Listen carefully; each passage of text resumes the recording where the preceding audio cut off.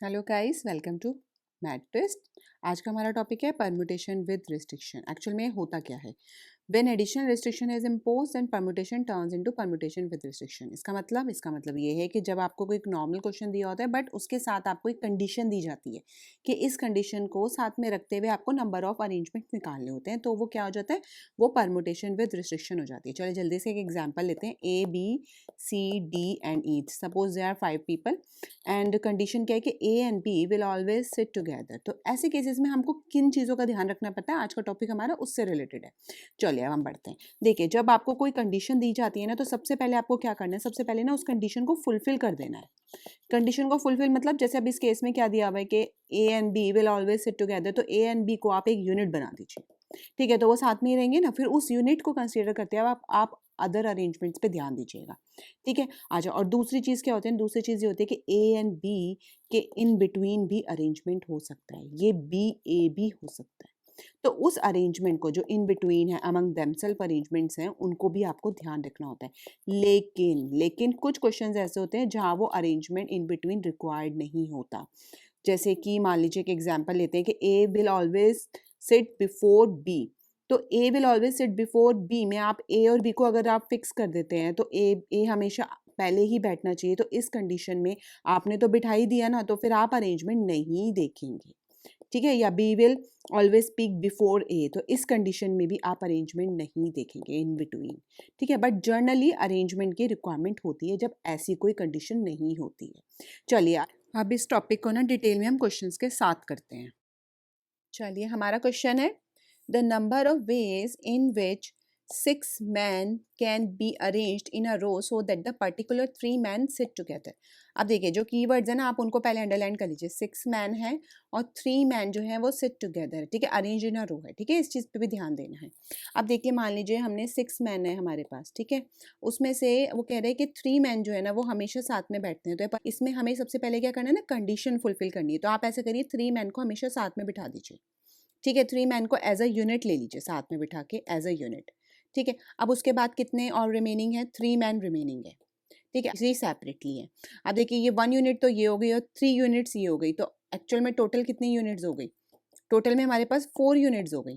ठीक है ना, अब हमें 4 यूनिट्स का अरेंजमेंट चेक करना है। 4 यूनिट्स क्यों ही, चलिए एक बार ना हल्का सा आइडिया दे दे। देखिए अब 6 मैन है, A B C D E F.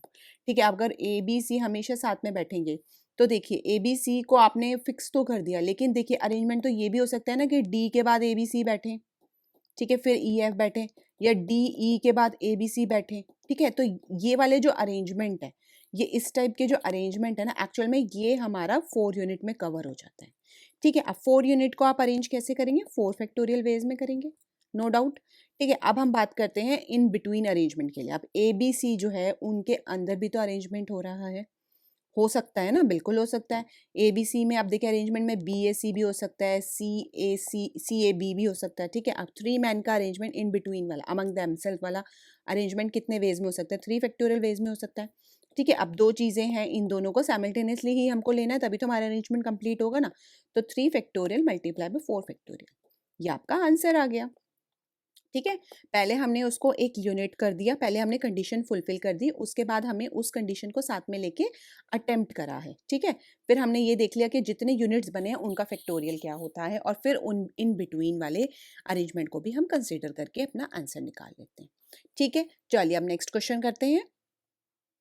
हमारा नेक्स्ट क्वेश्चन है, there are 5 speaker A B C D and E. ठीक है, the number of ways in which A will always speak before B.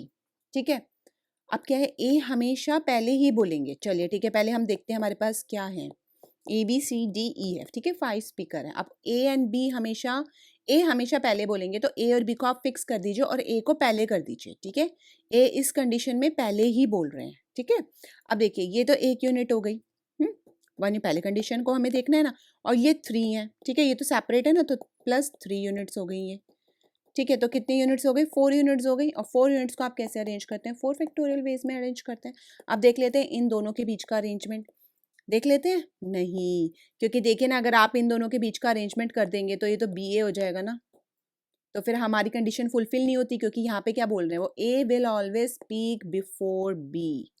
तो A को आप पहले ही रहने दीजिए, इन दोनों के बीच का अरेंजमेंट आप कंसीडर नहीं करेंगे। ठीक है, तो हमारा आंसर आ गया 4 फैक्टोरियल, सिंपल है। चलिए अब आगे चलते हैं। नेक्स्ट क्वेश्चन है हमारा, the principal wants to arrange 5 student on a platform such that the boy S, ध्यान रखना है, ठीक है, occupy the second position, okay, ठीक है, and such that girl M is always adjacent to the girl N, how many arrangement are possible. ठीक है, पहले हमें क्या है, हमारे पास दो कंडीशन है, इस चीज पे ध्यान देना है, दो कंडीशन है, ठीक है। अब देखिए एम और girl M and N is adjacent, मतलब वो साथ में ही रहेंगे, ठीक है, हमेशा साथ में रहेंगे। चलिए अब ना ऐसे केसेस में हम क्या करते हैं, एक ड्राफ्ट कर लेते हैं सिचुएशन को अपनी, ठीक है। आप क्या बता रहे हैं, वो एस जो है वो हमेशा सेकंड पोजीशन ऑक्यूपाई करेंगे, ठीक है। तो एस को आप सेकंड पोजीशन पे फिक्स कर दीजिए, ये फिक्स हो गया हमारा, ठीक है। कंडीशन को पहले हमने फुलफिल करना है, और एम और एन हमेशा साथ में बैठेंगे। तो देखिए एक तरीका तो ये हो गया एम और एन को बिठाने का, है ना। अच्छा, और कहाँ पे बैठ सकते हैं, यहाँ पे 1 एंड 2 पे बैठ सकते हैं, एम और एन नहीं बैठ सकते क्योंकि एस आ रहा है यहाँ पे, ठीक है। तो इसका मतलब एक तरीका हमारे पास सिर्फ ये और है कि और एम और एन यहाँ पे ऐसे और बैठ सकते हैं, ठीक है। अच्छा, आप सोच रहे होंगे कि मैम यहाँ पे आपने पहले 1 यूनिट क्यों नहीं करा इसको, एम और एन को, और फिर आपने अरेंज क्यों नहीं करा जैसे हम पिछले क्वेश्चन में करें। एक्चुअल में ना ये क्वेश्चन थोड़ा सा डिफरेंट है, डिफरेंट मतलब इन द सेंस कि आप देखिए ना यहाँ पे क्या है, दो कंडीशन फुलफिल करनी है, और जो एस है ना, फर्स्ट कंडीशन जो है हमारी एस, ये एक्चुअल में ना एम और एन की कंडीशन को फुलफिल करने में रिस्ट्रिक्ट कर रहा है, ठीक है। एम और एन फ्लेक्सिबल नहीं है, वो कहीं और नहीं बैठ सकते क्योंकि एस आ गया है बीच में। ऐसी कंडीशंस में आप प्रैक्टिकली सोचिए और उसको हल्का सा ना ड्राफ्ट कर लीजिए, बेटर रहता है, जैसे हमने करा है।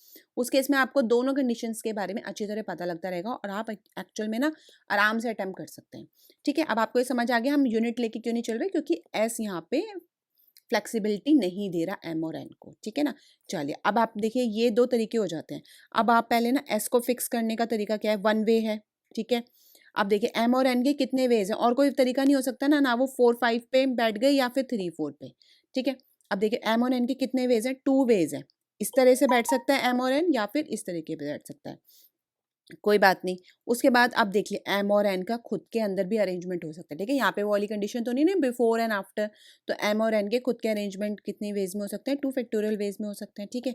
अब देखिए एस फिक्स्ड हो गया, एम और एन के अरेंजमेंट हमने चेक कर लिया। अब कितने जने रह गए, 3 तो हो गए, अब 2 पर्सन रह गए ना हमारे, 2 स्टूडेंट्स और हैं। 2 स्टूडेंट्स कितने वेज में अरेंज हो सकते हैं, 2 फैक्टोरियल वे में, ठीक है। सिंपल है, इसका मतलब यहाँ पे क्या है, 8 वेज हो गए हमारे इस कंडीशन को फुलफिल करने के बाद अरेंजमेंट्स। देखिए इस क्वेश्चन में क्या डिफरेंट था कि दो कंडीशन दी हुई थी, इसलिए आपको पहले एस को फिक्स करना था बस, ठीक है। एक्स को फिक्स करके आप आगे के अरेंजमेंट्स चेक कर लीजिए बस, ठीक है। चलिए अब नेक्स्ट क्वेश्चन पे चलते हैं। नेक्स्ट क्वेश्चन है हमारा, in examination hall there are 4 rows of chair. हम ना साथ साथ ना ड्राफ्ट करते रहेंगे, ठीक है, इजी हो जाता है। 4 रोज ऑफ चेयर्स हैं, ठीक है, कोई बात नहीं। In each row has 4 chair, one behind the other, ठीक है, नॉर्मल है, ये तो होता ही है ना एग्जामिनेशन हॉल में, सिंपल ही है, सबको पता ही है। चलिए सिंपल हम इसको ड्राफ्ट कर देते हैं, कुछ अलग नहीं है, ठीक है। There are 2 classes sitting for the examination with 8 student in each class. अब 2 क्लासेस है ना, उनको नेम दे देते हैं ए एंड बी, और उसमें कितने कितने स्टूडेंट है, 8 एंड 8 स्टूडेंट्स हैं।